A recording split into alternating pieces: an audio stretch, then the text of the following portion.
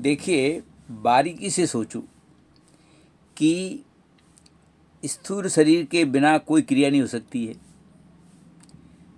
सूक्ष्म शरीर के बिना कोई चिंतन नहीं हो सकता है और कारण शरीर के बिना कोई स्थिरता नहीं आ सकती है। यानी तीनों शरीरें तीन अलग अलग कार्य करते हैं, लेकिन ये तीनों कार्य आत्मा के किसी काम नहीं आते हैं, ये संसार के काम आते हैं। अर्थात तीनों शरीरों का कार्य सांसारिक कार्य है, आत्मा से इसका कोई संबंध नहीं है। यह विचार सोचो इसके बारे में।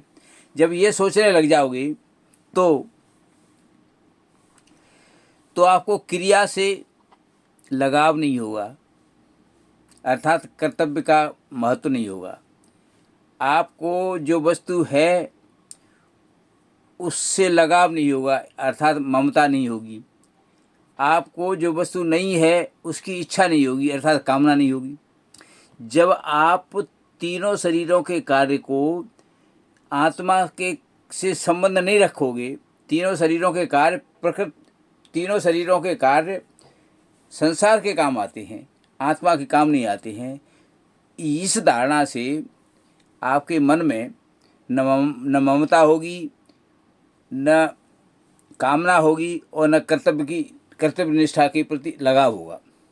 अर्थात आप आत्मा के कार्य को और शरीर के कार्य को पृथक पृथक देखने लग जाओगे।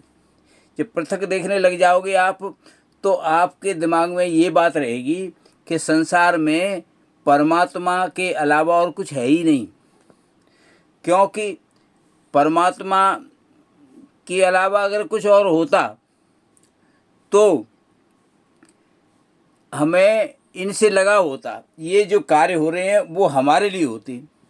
इससे सिद्ध होता है कि परमात्मा से लगाव तब होता है जब तीनों शरीरों के कार्य को आप अलग से देखने लग जाओ और आत्मा को अलग से देखने लग जाओ। धन्यवाद।